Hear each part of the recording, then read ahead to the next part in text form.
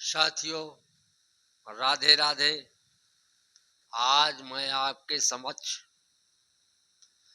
भगवान शिव की ऐसी कथा सुनाऊंगा जो शिव पुराण से उद्धृत है और भगवान शिव के विषय में आप लोग जानते हैं कि औढ़रदानी है। औढ़रदानी होने के कारण वो अपने भक्तों को हमेशा सुखी देखना चाहते हैं और अगर कोई विचलित हो रहा है तो उसको आप पथ प्रदर्शन भी करते हैं। आज ऐसी ही कथा है आपके समक्ष। आज राजा भद्रायुष और उसकी रानी कीर्तमालिनी के संबंध में कथा है। जैसा कि आपको पता है, इसके पहले भद्रायुष राजा के ऊपर उन्होंने कृपा करके वृषभ का रूप धारण करके और उनके राज्य की रक्षा करके राज्य वापस दिलवाया था। और आज जो कथा हो रही है वो ये कथा है कि राजा को अहंकार हो गया था कि मैं अपने बल से अपने राज्य को वापस लिया है, अतः वो जंगल की ओर अपनी रानी को लेकर चले जाते हैं और यह घटना वहीं से संबंध है।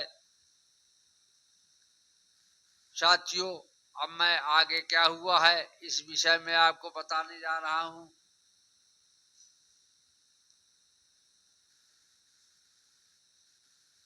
राजा भद्रायुष शिव जी का अनन्य भक्त था। उसका विवाह राजा चंद्रागत की पुत्री कीर्तिमालिनी के साथ हुआ। एक दिन वह अपनी पत्नी के सहित शिकार खेलने के लिए वन में गया हुआ था और वहां वो राजोचित तरीके से अपना विहार कर रहा था। वही भगवान शिव ने यह सोचा कि आज हम भद्रायुष की परीक्षा लेंगे। उमा और स्वयं शिव जी ब्राह्मण और ब्राह्मणी का रूप धारण करके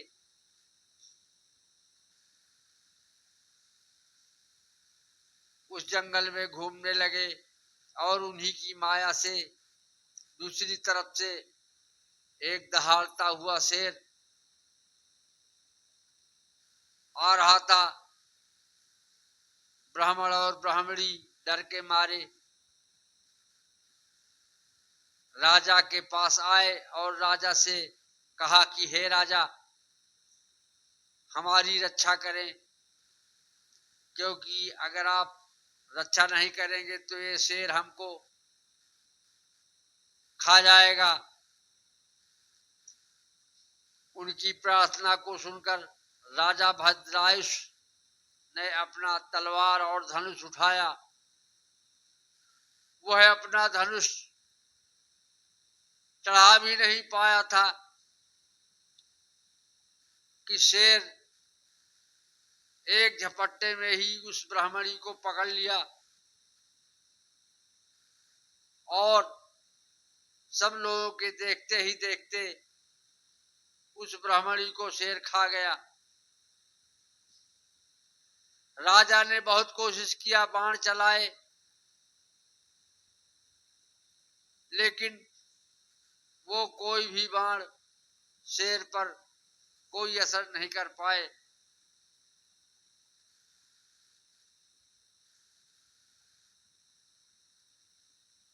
अब शिव जी जो ब्राह्मण के रूप में थे, उन्होंने अपनी ब्राह्मणी का यथोचित अंतिम संस्कार करते हुए निराश और अत्यंत व्याकुल अवस्था में राजा से कहा कि राजा, आपको धिक्कार है, आपके देखते देखते मेरी पत्नी को सिंह खा गया और आप बचा भी नहीं पाए, जबकि ये आपकी जिम्मेदारी बनती है। राजा इस ब्राह्मण के वचनों को सुनकर अत्यंत लज्जित हुआ।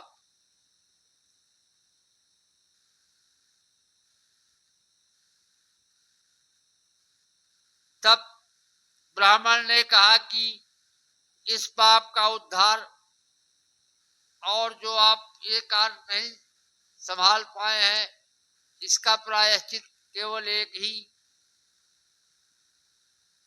कारण से हो सकता है,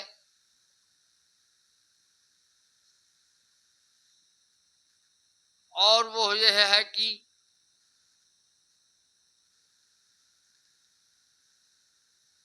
आप से हम जो मांगे वो हमें दीजिए। राजा बहुत प्रसन्न हुआ कि चलो कम से कम पाप मुक्त होने का कोई उपाय तो है।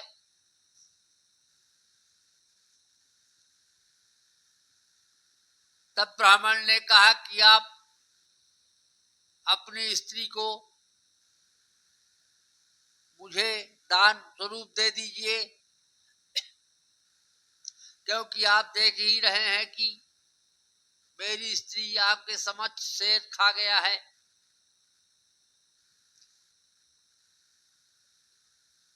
राजा बहुत अंदर से दुखी हुआ, लेकिन चूंकि राजा है वो दान तो देना ही पड़ेगा। बल्कि ब्राह्मण से राजा ने कहा कि राजा, आप इस प्रकार, ब्राह्मण जी, आप इस प्रकार के दान को स्वीकार कर रहे हैं, आपको शोभा नहीं करेगा क्या? आपको पर स्त्री के लेने का पाप नहीं लगेगा? ब्राह्मण ने कहा, नहीं, हम अपने शक्ति के बल से इस प्रकार के पापों को नष्ट कर डालते हैं।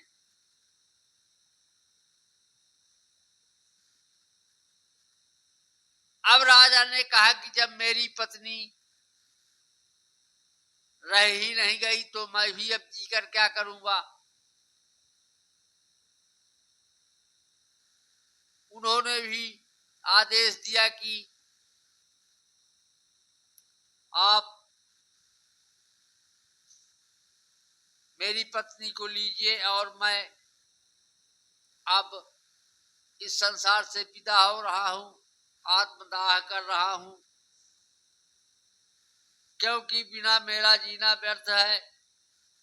इस प्रकार निश्चय करके राजा भद्रायुष ने अपनी पत्नी ब्राह्मण रूपी शिव जी को दान कर दिया।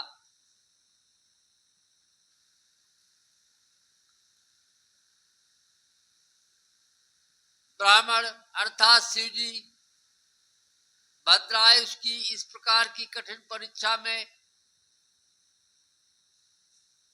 जब देखा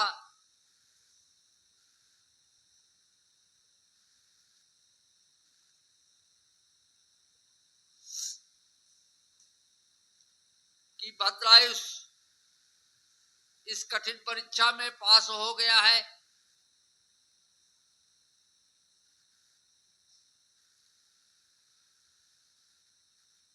तब पत्नी सहित अर्थात उमा सहित प्रकट हो गए और भद्रायुष से कहा कि हे भद्रायुष, मैं तुम्हारे इस प्रकार की परीक्षा से, इस प्रकार के कृत्य से अत्यंत प्रसन्न हूं।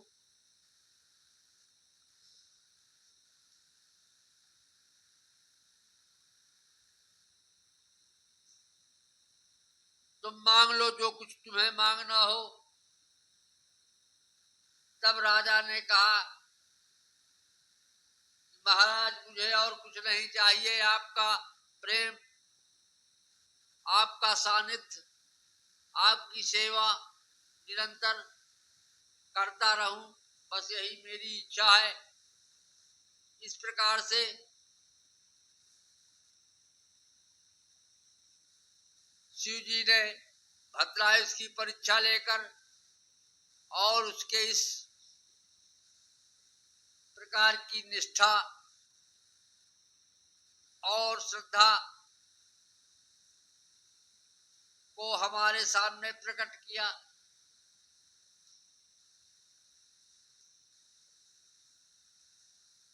राजा को शिव जी ने आशीर्वाद दिया कि जाओ सकुशल राज्य करो और सुख भोगो और इसके बाद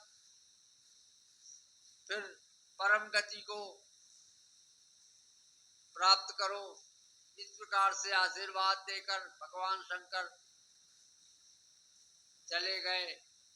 साथियों, इस कथानक से हमें यह सीख मिलती है कि हम किसी भी तरह से अगर परमात्मा से जुड़े हुए हैं और हमारी निष्ठा उन पर है, निश्चित रूप से कभी न कभी उनकी कृपा हमारे साथ अवश्य होगी और हमारे बिगड़े हुए काम बनेंगे। इसमें शंका नहीं करना चाहिए। बस इसी आशय को लेकर मैंने यह कथा आपके समक्ष रखी। मैं चाहता हूं कि इसी प्रकार की कथाओं को सुनकर आप लोग अपने पुराणों में वर्णित विषयों के प्रति गर्व महसूस करें, क्योंकि पुराण वेद ही हमारे मुख्य पथ प्रदर्शक और हमारी रक्षा करने में सक्षम है। उन्हीं से हमारे जीवन में गति मिलती है। अब मैं कथा का यही विराम करता हूं और आप लोगों से आग्रह करता हूं कि अगर अभी तक आपने चैनल सब्सक्राइब नहीं किया है, कृपया कर लें और निश्चित रूप से आपको इसमें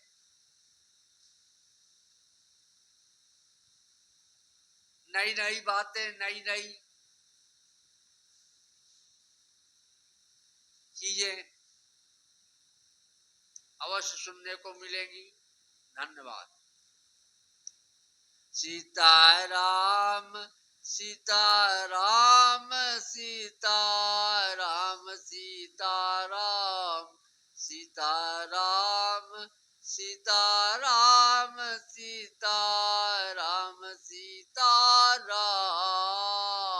बोलो वृंदावन बिहारी लाल की जय।